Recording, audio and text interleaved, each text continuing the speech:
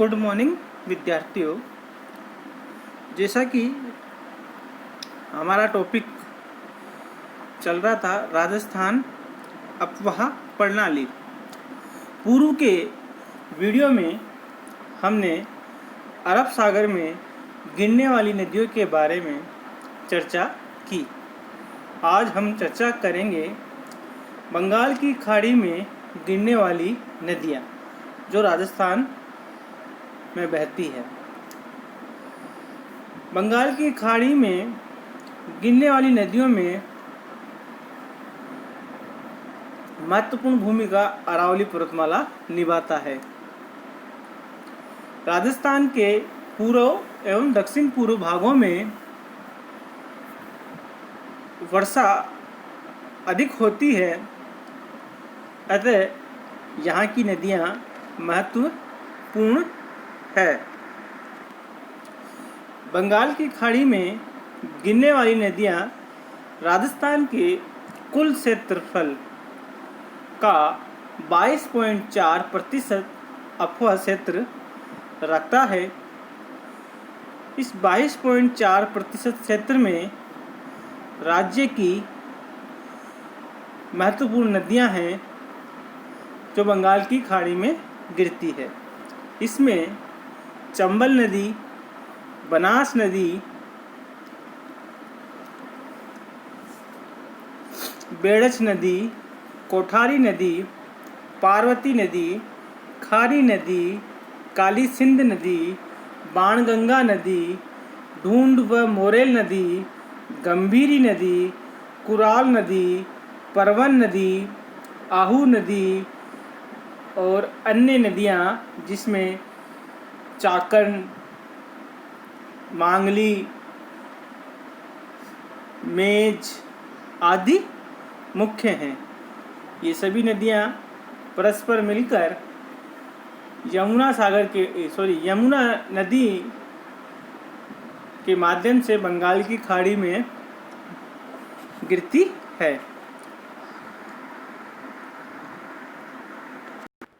अब हम इन नदियों की बारे में विस्तार से जानकारी प्राप्त करेंगे। नंबर 1, चंबल नदी राजस्थान में प्रवाहित होने वाली या सबसे अधिक अफवाह क्षेत्र वाली नदी है जो साल भर जल से भरी रहती है। इसकी कुल लंबाई 966 किलोमीटर है जो राज्य में 153 किलोमीटर तक बहती है। ये नदी मध्य प्रदेश के मानपुर के समीप जानापाव पहाड़ी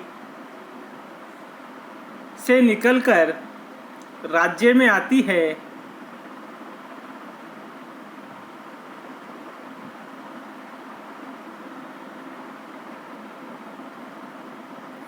चौरासीगढ़ के समीप राजस्थान में प्रवेश करती है।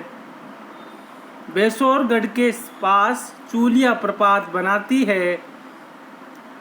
फिर कोटा बूंदी जिले की सीमा बनाती हुई सवाई माधोपुर में रामेश्वर धाम नामक स्थान पर बनास से मिलती है। सवाई माधोपुर व धौलपुर तक राजस्थान और मध्य प्रदेश के बीच सीमा बनाती है, जहां काली सिंध पार्वती नदी आकर मिलती है। इसके पश्चात मुरादगंज के समीप यमुना नदी में मिल जाती है। इसकी सहायक नदियों में बनास, काली सिंध, बामनी, कुराल, मेज, पार्वती है। चंबल नदी उत्खात स्थलाकृति बैडलैंड टोपोग्राफी के लिए प्रसिद्ध है। इस पर गांधी सागर, जवाहर सागर, राणा प्रताप सागर और कोटा बैराज बांध बनाए गए हैं। सेकंड नदी बनास नदी, इसको वन की आशा भी कहते हैं। कुंभलगढ़ दुर्ग के पास अरावली पर्वतमाला की खमनोर पहाड़ियों से निकलती है, जो राज्य में बहने वाली सबसे लंबी नदी है, जिसकी कुल लंबाई 480 किलोमीटर है। ये नदी मेवाड़ के मैदान में से होकर गुजरती है।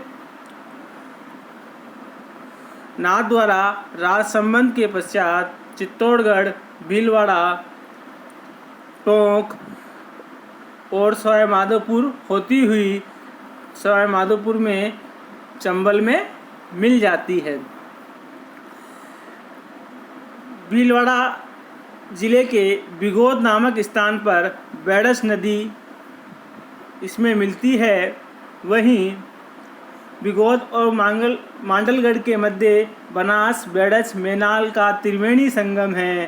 पूर्णतया राजस्थान की सबसे लंबी नदी है। इसकी अन्य नदी में चंद्रभागा, डाई, सहोदरा, बांडी, कोठारी, खारी आदि है। बनास नदी टोंक के उत्तर व दक्षिण के दो भागों में बाढ़ती है। बेड़च तीसरी नदी है। बेड़च ये बनास की सहायक नदी है, जिसका उद्गम उदयपुर शहर के उत्तर में गोगुंदा की पहाड़ियों से होता है। पूर्व में इसे आयड़ नदी के नाम से जाना जाता है। यह चित्तौड़गढ़ तक प्रवाह दिशा उत्तर पूर्व की ओर रहती है। 190 किलोमीटर बहने के बाद ये भीलवाड़ा में बिगोद के समीप बनास में मिल जाती है। इस पर गोसुंडा बांध बना हुआ है। कोठारी नदी इसका उद्गम राजसंबंध के दिवेर नामक स्थान पर हुआ है। भीलवाड़ा जिले में ये बनास नदी में मिलती है और मांडलगढ़ के समीप इस कोठारी नदी पर मेजा बांध बना हुआ है, जिसका भीलवाड़ा जिले में उपयोग होता है। पार्वती नदी चंबल नदी की सहायक पार्वती नदी मध्य प्रदेश के विंध्याचल के उत्तरी ढाल देवास के दक्षिण पूर्व की पहाड़ियों से निकलकर उत्तर दिशा में बहती है। राजस्थान में बारां जिले में कुरियाहाट के निकट प्रवेश करती है।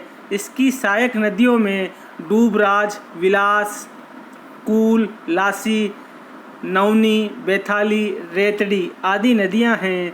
पार्वती नदी दो बार राजस्थान मध्य प्रदेश के बीच की राज्य सीमा को बनाती है। खारी नदी बनास की सहायक नदी है, जो राजसंबंध जिले के बिजराल गांव से निकलती है। कुल लंबाई 80 किलोमीटर है। भीलवाड़ा में फूलिया के पास खारी में मिल जाती है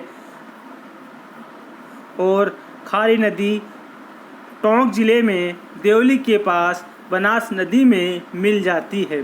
काली सिंध नदी ये चंबल नदी की सहायक नदी है, जो मध्य प्रदेश में इंदौर जिले के बागली गांव से निकलती है।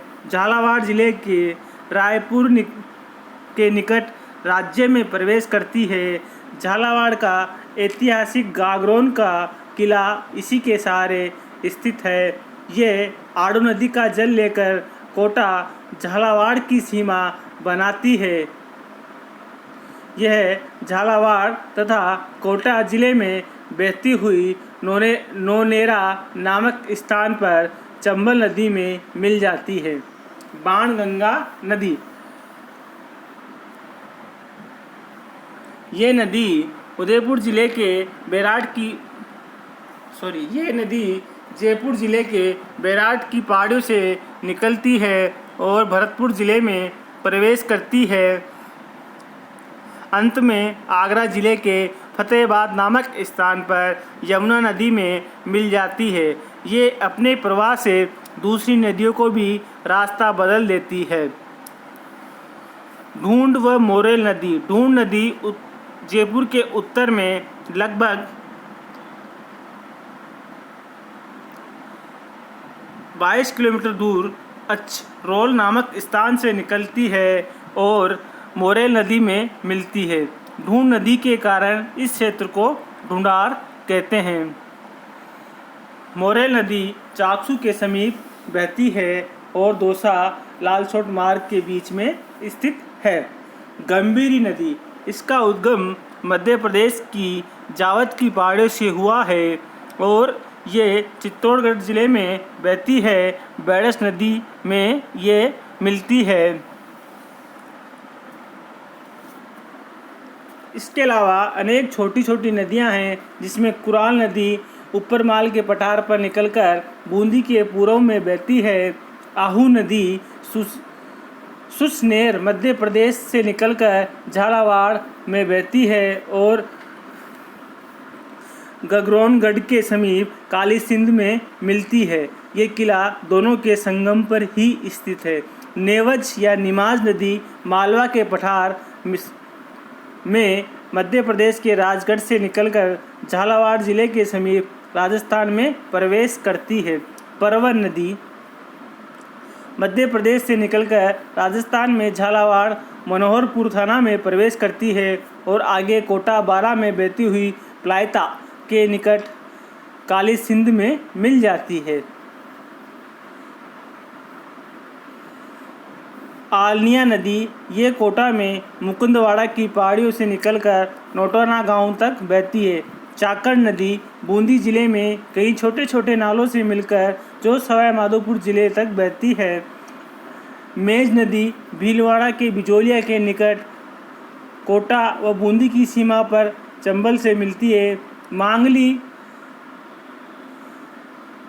नदी इसकी सहायक नदी है। घोड़ा पछार मांगली नदी के समीप बहती है। वहीं मांगली नदी पर प्रसिद्ध भीमताल जलप्रपात स्थित है। इस तरह बंगाल की खाड़ी में गिरने वाली ये राजस्थान की मुख्य व छोटी नदियां हैं, जो राजस्थान के कुल अपवा क्षेत्र का 22.4% क्षेत्र रखती है। धन्यवाद।